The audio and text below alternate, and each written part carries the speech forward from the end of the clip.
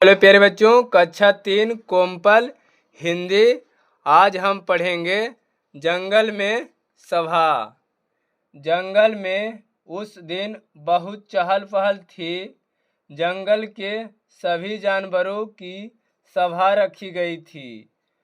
बरगद के नीचे हाथी, शेर, लोमड़ी, सियार, भालू, बंदर, हिरन, खरगोश, अजगर आदि सभी आ चुके थे। सबकी सहमति से हाथी को सभापति चुना गया। यानी कि एक दिन क्या था, जंगल में बहुत चहल पहल थी। जंगल के सभी जानवरों की सभा रखी गई।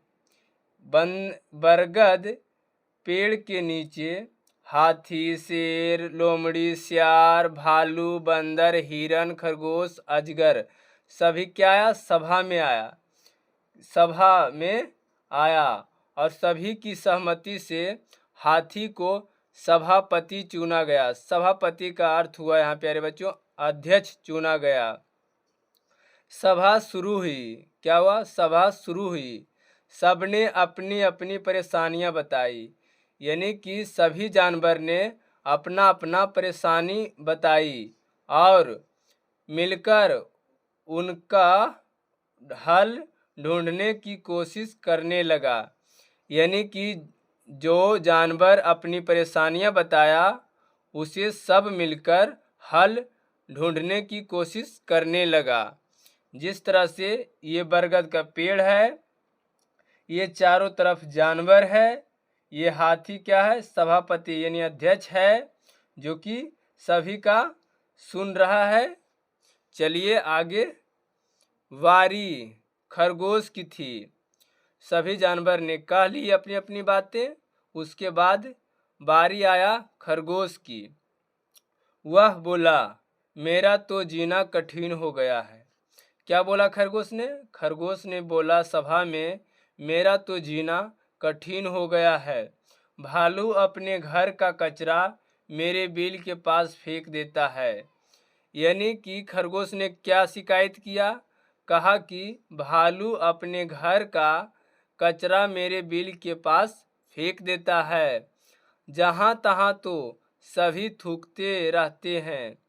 यानी कि खरगोश ने बोला कि इस जंगल में सभी लोग यहाँ वहाँ क्या करते हैं? थूकते रहते हैं। बंदर भी केला खाकर छिलका रास्ते में फेंक देता है। और फिर खरगोश ने बोला कि ये बंदर भी केला खाकर छिलका रास्ते में फेंक देता है। तालाब का पानी भी गंदा हो रहा है। और क्या बोला? ये जो तालाब है, तालाब का पानी भी गंदा हो रहा है। मैं तो यह जंगल छोड़कर चला जाऊंगा। फिर खरगोश ने बोला कि मैं तो यह जंगल छोड़कर चला जाऊंगा। हाथी ने भालू की ओर देखा। यानी ये हाथी ने भालू की ओर देखा।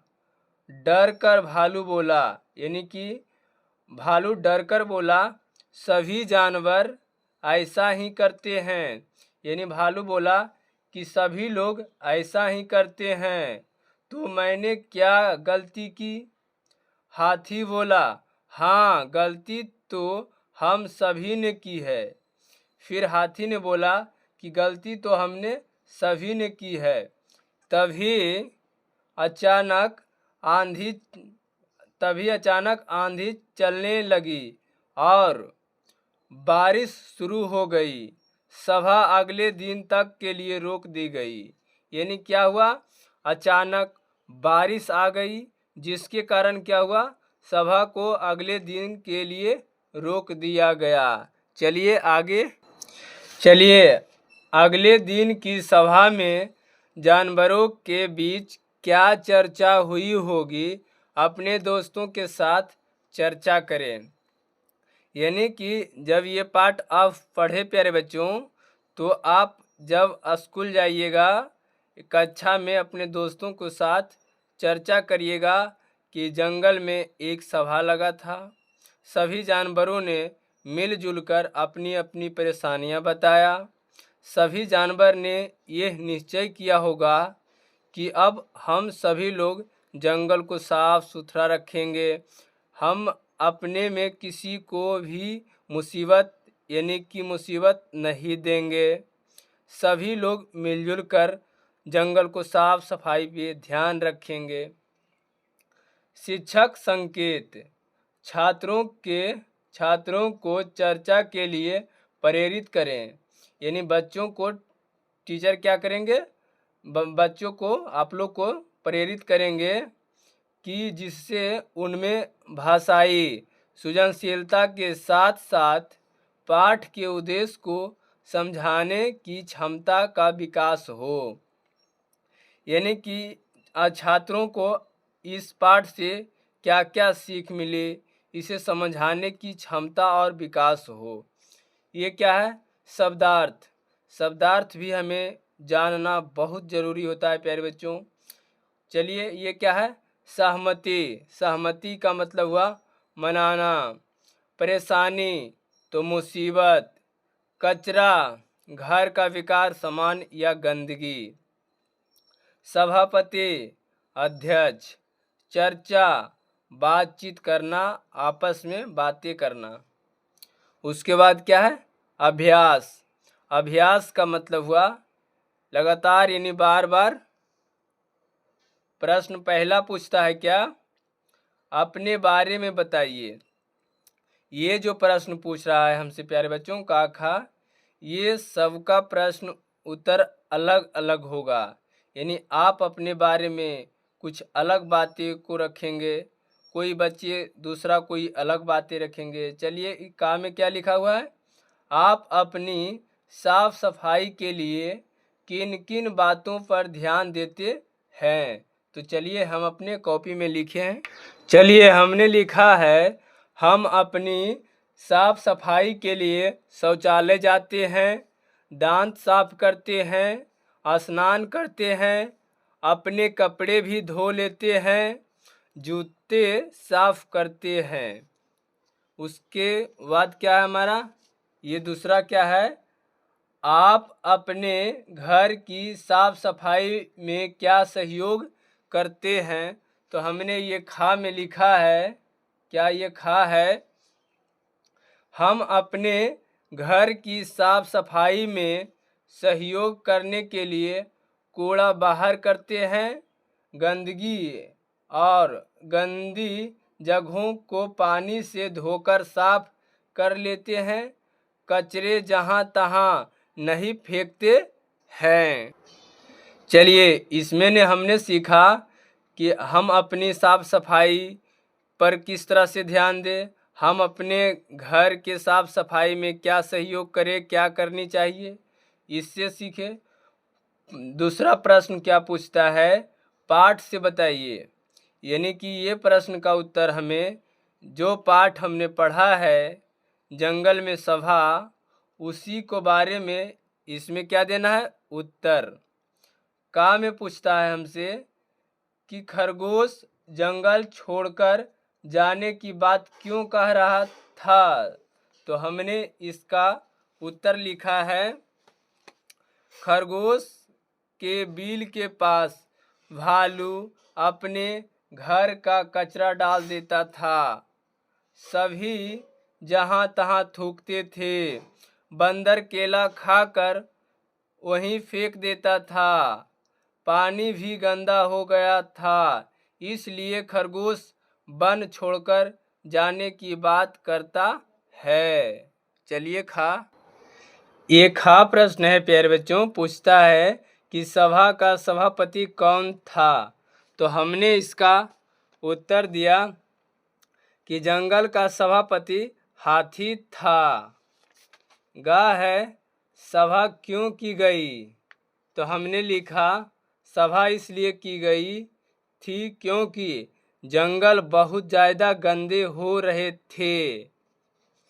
घा, सभा अचानक क्यों रोक दी गई। तो हमने लिखा, सभा अचानक क्यों रोक दी गई क्योंकि अचानक आंधी बारिश होने के कारण सभा रोक दी गई। ठीक है। प्रश्न हमारा तीसरा क्या पूछता है कि दी गए शब्दों के सामने मिलते जुलते समान ध्वनि वाले शब्द लिखे। तो पहला क्या है, केला, जंगल, जीना। तो हमने इसका समान अर्थ लिखा। केला का लिखा मेला, ठेला, चेला। जंगल का दंगल, मंगल, अंकल। जीना का सीना, मीना, रीना। पानी का कहानी, हानि, दानी, भालू, सालू, दयालु, आलू। शेर का मोर, पेड़, भेड़। चलिए आगे। प्रश्न चौथा पूछता है हमसे कि 7 जंगली और 7 पालतू जानवरों के नाम लिखें। जंगली जानवर, पालतू यानी जो जंगल में रहता है वे जानवर का नाम लिखिए। जो मनुष्य द्वारा पाला जाता है उस जानवर का नाम लिखिए। चलिए हमने लिखा है जंगली जानवर, शेर, हिरन, हाथी, कंगारू, सियार, भालू, लोमड़ी, भेड़िया। पालतू जानवरों, घोड़ा, भेड़, सुअर, बकरी, कुत्ता, गाय, बैल, गधा। ये क्या है, ये पालतू है और ये जंगली जानवर है। चलिए 5वां प्रश्न क्या पूछता है कि इन सभी जानवरों के नाम संज्ञा है, किंतु इनमें से किसी एक के कहने पर क्या केवल एक ही जानवर का बोध होता है, या उस जाति का सभी जानवरों का जिस शब्द से किसी जाति विशेष के सभी सदस्यों का बोध होता है उसे जातिवाचक संज्ञा कहा जाता है। जैसे कुत्ता, शेर इत्यादि। 5वां क्या पूछता है, जंगल में सभा। यहाँ सभा शब्द से कई लोगों को समूह का बोध होता है। ऐसे अन्य शब्द ढूंढकर लिखे जिनसे एक से अधिक व्यक्ति, प्राणी या वस्तु का बोध होता हो। तो हमने इसे 5वां प्रश्न का दिया, सभा, सेना, जानवर, वर्ग, गुच्छा इत्यादि। 5वां है। चलिए 6ठा प्रश्न की ओर।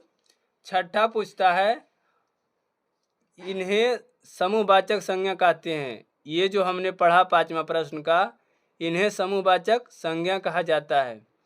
6ठा प्रश्न है कि अधूरे वाक्यों को मिलाकर सही एवं पूरा वाक्य कीजिए। चलिए हम इसे मिलाते हैं। मच्छरों से क्या होता है, तो बीमारी फैलती है। क्या बीमारी फैलती है। पेड़ पौधे से क्या होता है, तो हवा शुद्ध होती है। क्या हवा शुद्ध होती है। तो हमने इसे इसके साथ मिलान कर दिए। साफ परिवेश का मतलब होता है शरीर स्वस्थ रहता है। शरीर स्वस्थ रहता है।